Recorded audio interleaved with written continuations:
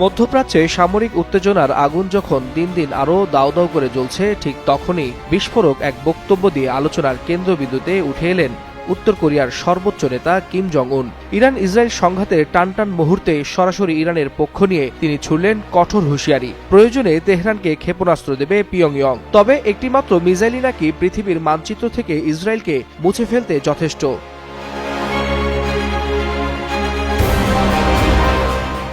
গত শনিবার ইরানে ইসরায়েল যুক্তরাষ্ট্রের হামলার পর 3 দিন চুপ ছিলেন কিম। এই নীরবতা ঘিরে সামাজিক যোগাযোগ মাধ্যমে শুরু হয় নানা জল্পনা। এমনকি রসিকতা করে অনেকে প্রশ্ন তুলেন, মিসাইল ম্যান কি তবে এবার মাঠের বাইরে?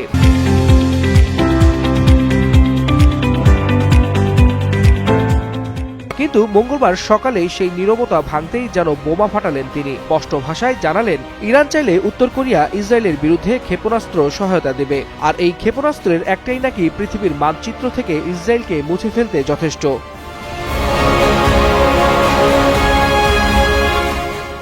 এই বক্তব্য মুহূর্তেই ছড়িয়ে পড়ে বিশ্ব মিডিয়ায়। একদিকে সমর্থকদের উচ্ছ্বাস, অন্যদিকে সমালোচকদের তীব্র প্রতিক্রিয়া। ফলে সামাজিক মাধ্যমে ঝড় তুলছেন নেটিজেনরা। কেউ বলছেন এটা কূটনৈতিক চাপ বাড়ানোর কৌশল, আবার কেউ মজা করে লিখছেন মামা কিম আবার খেলায় ফিরছেন।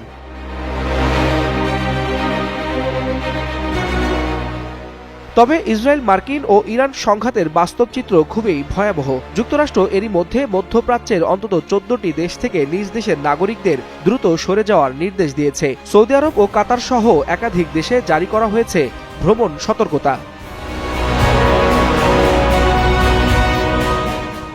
এদিকে মানবাধিকার সংস্থাগুলোর তথ্য অনুযায়ী গত 28 ফেব্রুয়ারি শুরু হওয়া হামলার পর ইরানে এখন পর্যন্ত 1000-এরও বেশি সামরিক বেসামরিক নাগরিক নিহত হয়েছেন, যাদের মধ্যে আবার উল্লেখযোগ্য সংখ্যক শিশু রয়েছে। এমন বাস্তবতায় মিসাইলম্যান খ্যাত কিমের এই হুঁশিয়ারি মধ্যপ্রাচ্যে শুরু হওয়া দাবানলে নতুন করে ঘি ঢালার সমান, এমনটাই বলছেন বিশ্লেষকরা।